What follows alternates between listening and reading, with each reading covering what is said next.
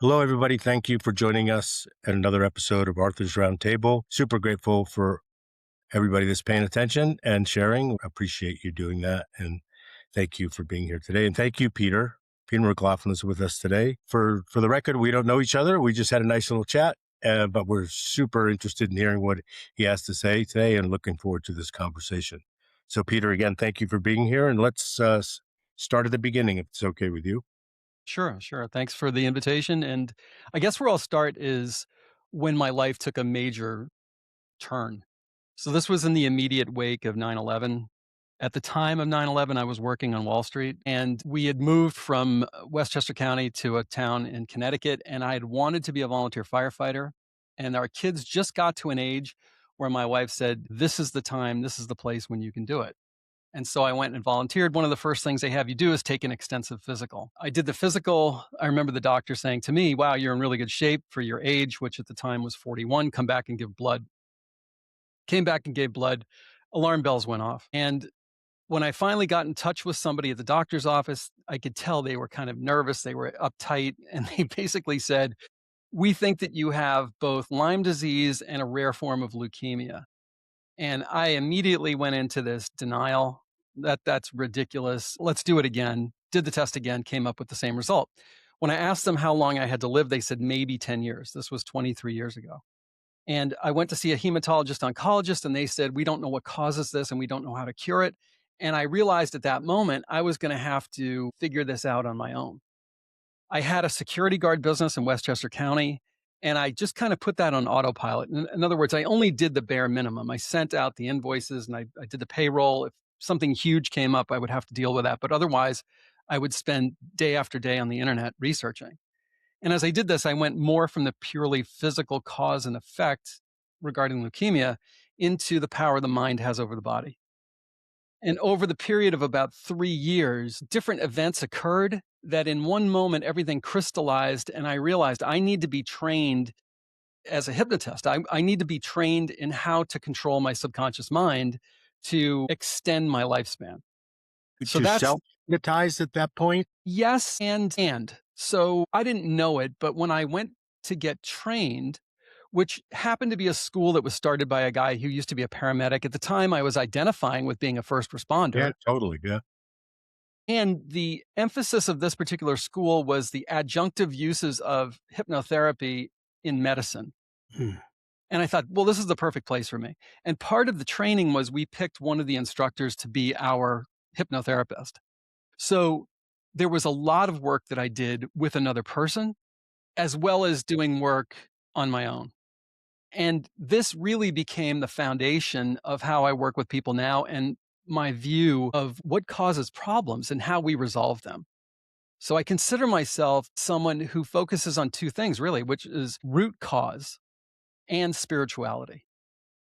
So I believe, like a lot of people, that this life on this earth is a kind of school, that the problems are not anomalies, they're not bugs, they're features. Yeah. And that I think of myself in the way I guess an auto mechanic would think of themselves. If you brought your car in because it was making a strange noise or there was smoke coming out of the engine, you would expect that the mechanic was going to trace that symptom, the smoke or the noise, to its root cause, resolve that, and then the symptom's going to take care of itself. But we happen to live in this weird paradigm, at We least do. what I noticed when I was an EMT, where and as a patient, where if it's trauma, if you've broken a finger or if you fell out of a tree or something and you go to the hospital, that's where you want to be because they'll be able to fix it because they can see what the problem is.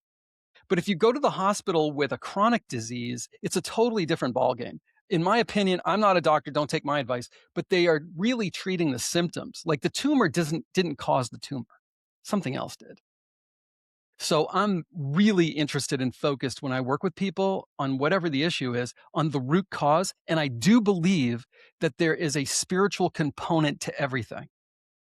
I don't mean to jump ahead, but by the way, every time we hear about somebody having some chronic problem, we immediately go to where you're going. There's some other reason. There's a reason for this, right? And it's not a perfunctory, okay, you just happen to have cancer because your DNA suggested or your family did, blah, blah, blah. there's some other thing that caused it to manifest.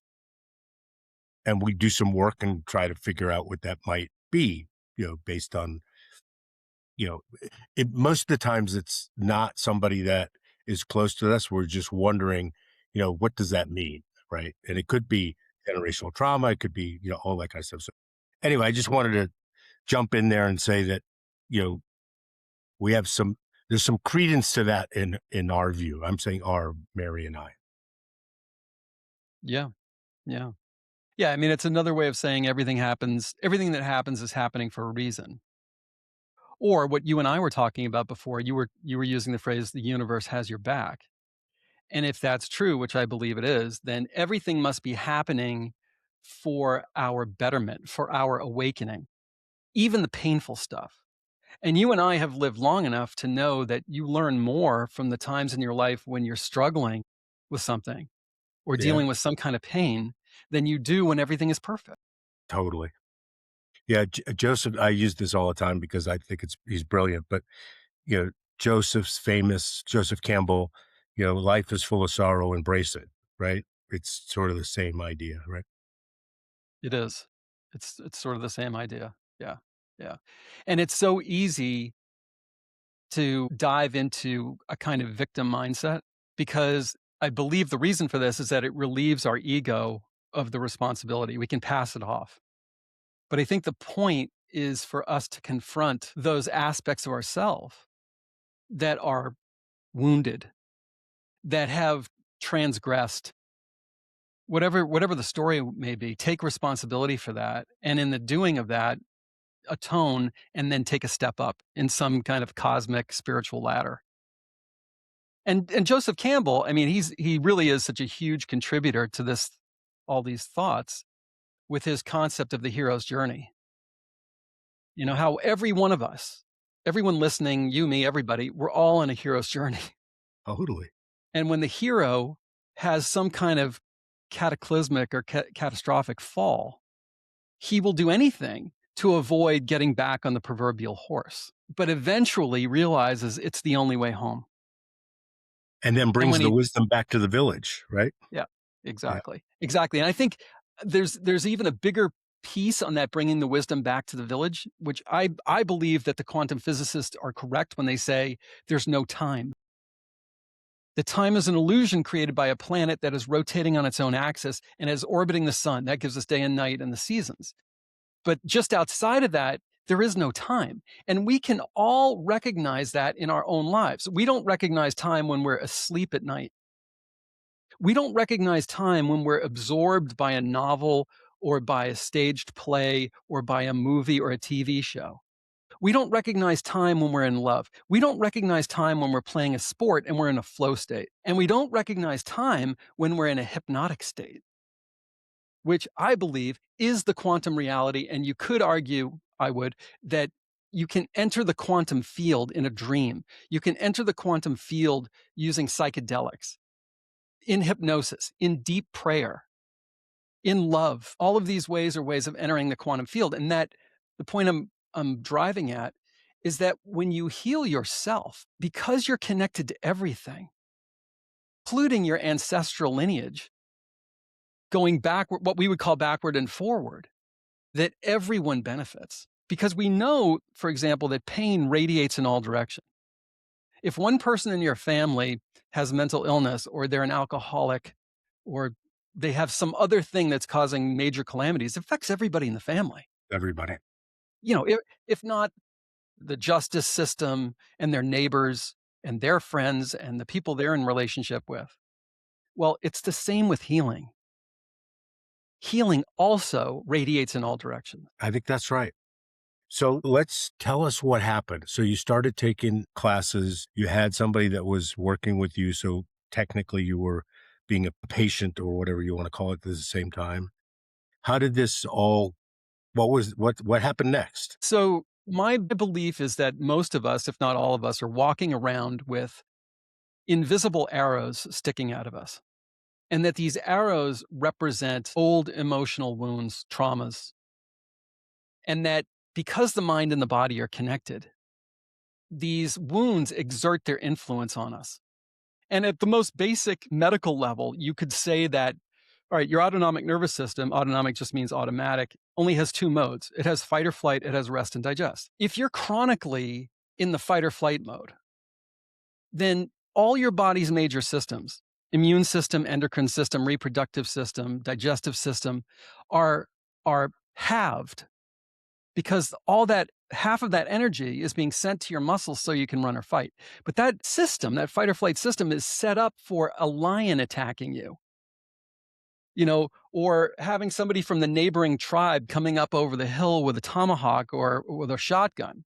And either you're going to prevail or you're going to escape or you're going to get killed. But you weren't designed to be in that system day after day after day after day. And this is going to destroy your health. We've always heard that stress kills, but this is specifically one of the reasons that it does it. Because you're not supposed to be living in that state. And when you're all the freaking time. out, when Yeah. you're freaking out about your investments or about the bills stacking up or about what's happening in Washington or what's happening in the Straits of Hormuz, it's as if to your body, you're being attacked by a lion. That's Very how your body debilitating, responds right? to this. Yes. And Yes. would you argue that we've done a really fantastic job of keeping getting ourselves in an environment where we're not being attacked, for example, by lions, but our body hasn't caught up to not be in that state? So I would totally agree with you that we've done a really fantastic job of taking the dangers of life that all of humanity had to deal with pretty much up until relatively recently, last 100, 200 years, whatever it is. But I would say that we wouldn't want that system to go away because you still could encounter something. You were talking about living in New York City. And even in the 90s, when New York City was really great, something Yeah, could stay still alert. happen to you. Yeah, stay Yeah. alert. And you could still be driving down the road and somebody's texting and they veer into your lane. So you still want that ability to automatically move into that fight or flight response without having to think about it. I don't think we would want that to go away, but we need mechanisms to heal old trauma so that we don't carry it for the rest of our life or even bring it into another lifetime. That, Or the in next my view, generation, right? yes. Yes, indeed. That, in my view, is where we need to apply our attention. We can't eliminate danger entirely from the equation. I don't think we would want to do that. If you wake up and smell smoke in the middle of the night and you got to get out of your house, you Yeah. want all that energy in your You want it to muscles. kick in. You want it to kick in. Is exactly right. But you also want a way, essentially, of detoxing from things that you ingest, things that happen to you, so that you're not carrying them around forever. Yeah, and if you don't mind, there's a variety of ways to do that. You can drink, you can do drugs, you can take care of your health, you can eat better, you can meditate, you can do psychedelics, you can do ayahuasca with a proper shaman. There's all kinds of ways. And I think what we're going to talk about today, and I'm not challenging what you're saying. Please don't, I just, for the benefit of all of us, there's a variety of attempts to mitigate some of these problems, right? How have you seen some of those ways and what you do, for example? So the first thing I'd like to say is I don't mind being challenged. I kind of like it Yeah. because it forces me to dig deeper. So please take the gloves off. Um, some of the things that you mentioned, I would say, are ways of distracting us from the symptoms of an unhealed wound. Alcoholism. When you drink, you're giving yourself temporary relief from the symptoms of the underlying wound. That's what's happening. And it would be the same with all the quote unquote vices. So gambling, pornography, overeating food. Like we have a million and one ways, shopping excessively. And these are just ways, as I said, of distracting oneself from something that's painful. Physical pain, emotional pain, spiritual pain. These are all forms of pain. Even boredom is a form of pain. And human beings are wired to avoid pain and seek pleasure.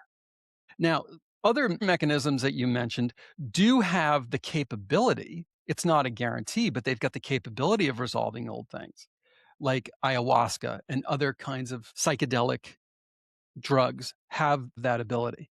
And I think it does that by moving your conscious mind out of the way, which is really the part of us that has been programmed to doubt the things we cannot validate with one of our five physical senses. This is one of my enormous pet peeves. When I was in the business world and I would go to these conferences and somebody would stand up and say, if you cannot measure it, it doesn't exist. And forgive me if you've said this, but my immediate thought was, do you love your kids? Yeah, right. Prove it. Yeah, right. Prove it to me. Yeah. Give me the scientific proof. Measure it, weigh it. I want to know. You can't do it, really? This is the most important, maybe, aspect of your life, and you can't weigh, measure. So, like, spare me that part. Yeah. Totally agree. Yeah, that was a ploy to get you to do what they want you to do. They have an agenda. That's all. And I think a lot of us in this culture have naturally accepted what we've been told, that our version of reality is extremely small. It's our vision and our hearing and our smell and our touch. And when you look at these things, it's insane. Like our vision, visible light. If you look at what percentage visible light makes up of the light spectrum, the number would astound you. It's this much. We see this much, right? 5. Yeah, yeah, it's crazy. Yeah, 0.0035. So is seeing believing? Yep. In a tiny version of reality. It leaves out everything around it. And we stand back and we say, well, this is crazy. That's kooky. That's woo woo. This person is a nut. That one's sane. How do we know? How do we know? We're living in a tiny little box. In Hamlet, there's a line, I will bind myself inside a walnut shell and call myself master of all I survey. That's what we're doing. And then the other line from the same play is, there is more in heaven and earth, Horatio, than is dreamt of in your philosophy. And all we have to do is look back in time. Let's look back 1,000 years. What did people believe then?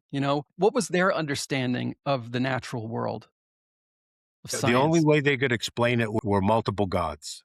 Back to Joseph Campbell, right? For example, the mythologies. That was the how do you explain the inexplicable? In modern times, it's attaching yourself to a dogma with faith.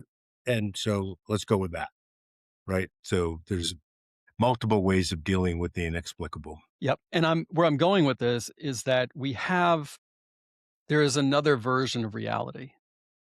And science has begun to explore and uncover some of these things. So, for example, the placebo effect, Hmm. which is up to 33% of the effectiveness of any drug, or I believe surgical procedure, is the placebo effect. Is wild. So, sham knee surgery, when it's been studied, is just as effective as the real thing. That you can build physical muscle by imagining it.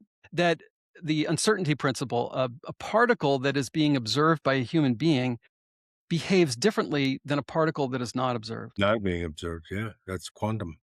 All of these things are existing uneasily and just outside of the paradigm we've all been persuaded to accept and live by.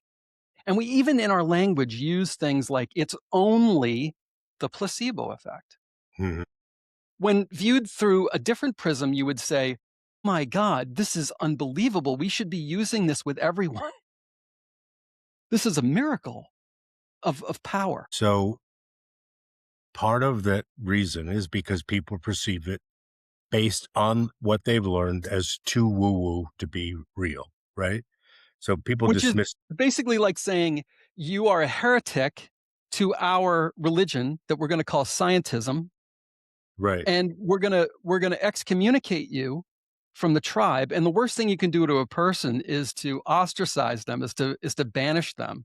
from We the saw tribe. this during COVID, right? Yeah, We saw totally. this during COVID. And so people self-regulate, they self-censor, because nobody wants to get banished. Nobody wants to get fired from their job. Nobody wants to lose their husband or their wife. They don't want their kids to think they're nuts. They don't want their neighbors to think they're nuts. They want to be accepted. Totally true. So there's a study I heard about the other day. You probably heard about this. It was Chamath on All In, and there was a Stanford study where they put a mouse in a bucket of water, 100 mice, each one of them and to a mouse, they drowned within 4.2 minutes, something like that. And then they took another 100 mice, and in 3 minutes, they took the mouse out and saved it.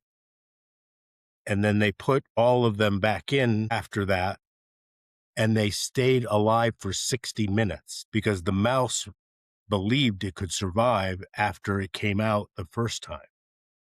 So it thought it couldn't survive the first time, but now that it came out the second time, they had the faith that it could survive. So it treaded water for 60 minutes, like between 4 minutes and 60 minutes. Wild, right? Same idea, right?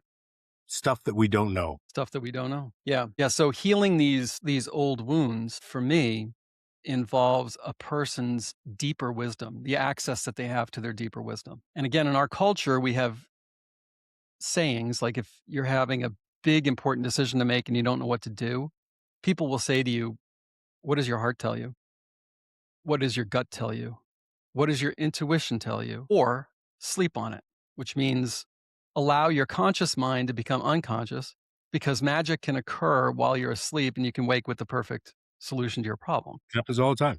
So I think every human being has the ability to tap into this on demand, to pinpoint the origin of whatever the trauma is that they're dealing with and however it's related to the symptoms that they have, to figure out what a baseline of intensity is of this trauma.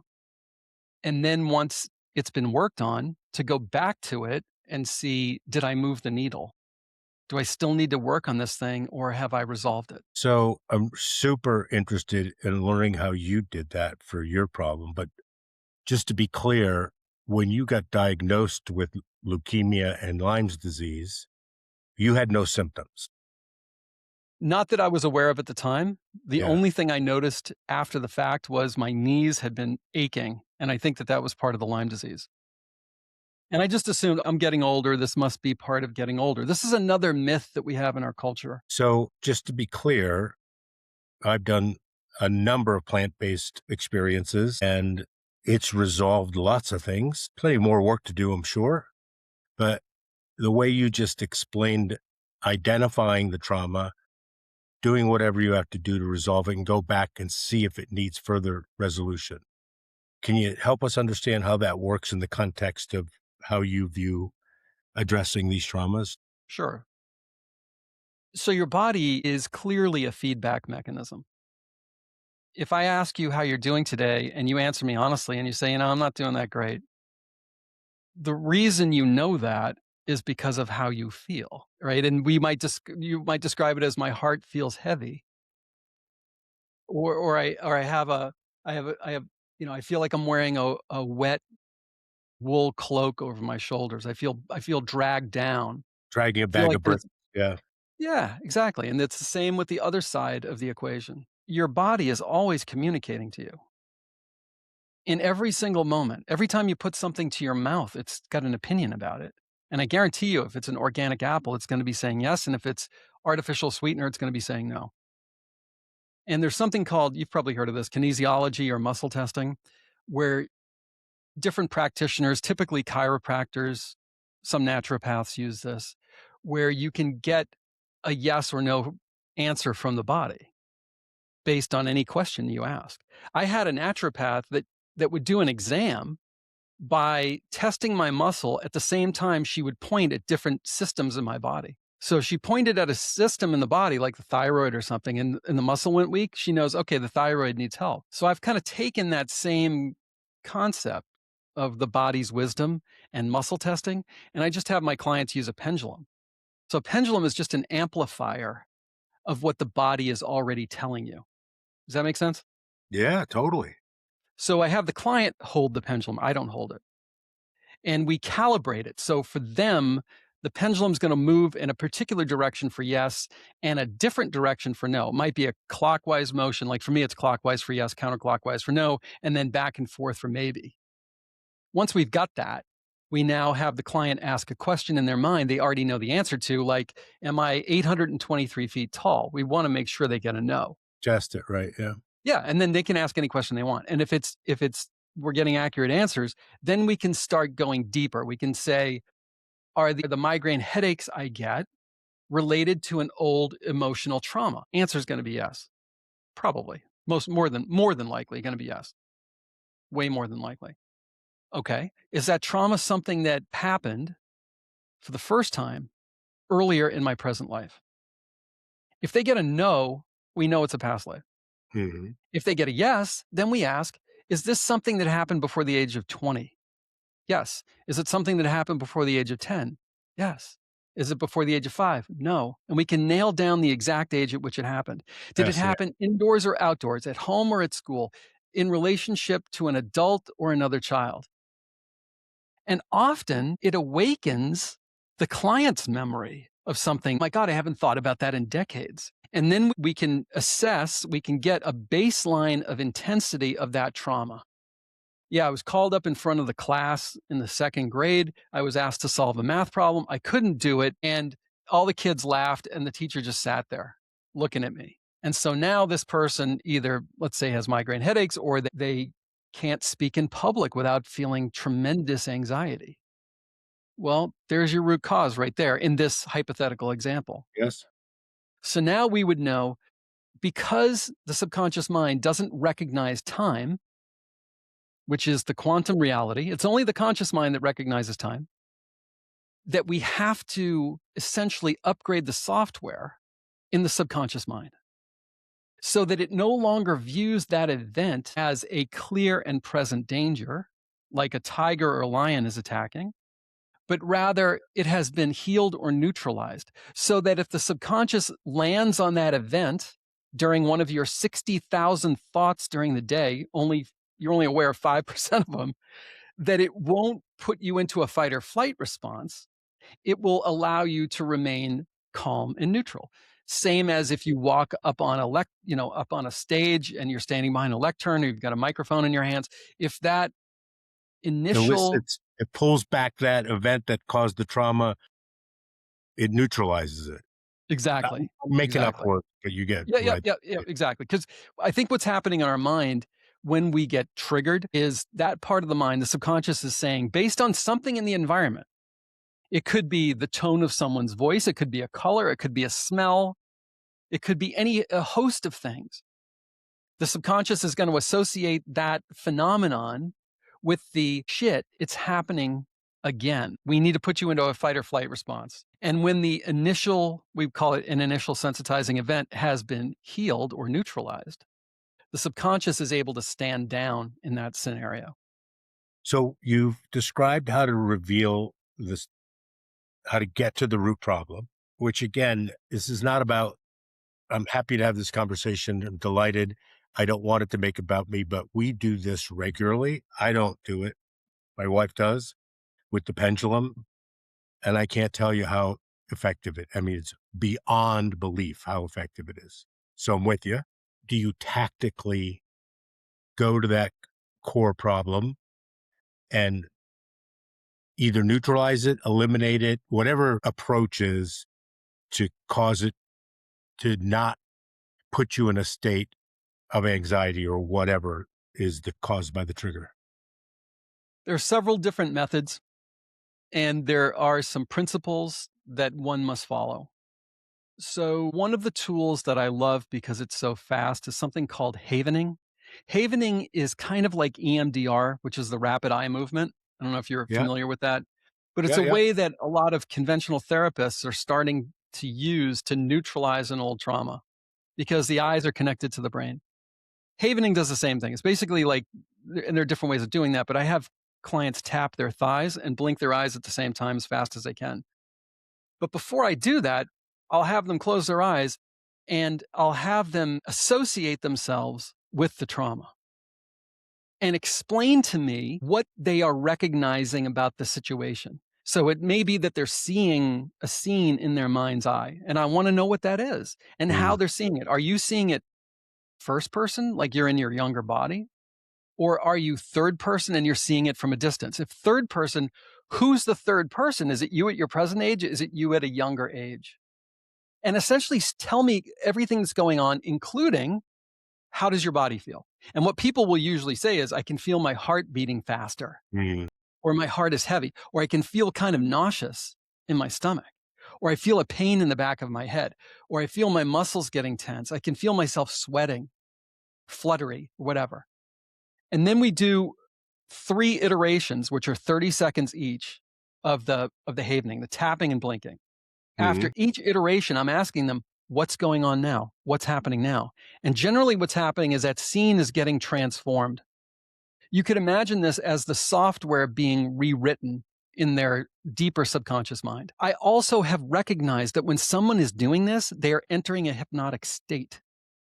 So by the second iteration, I say to them, this time when you're tapping and blinking, I'm going to be speaking, but just ignore what I'm saying.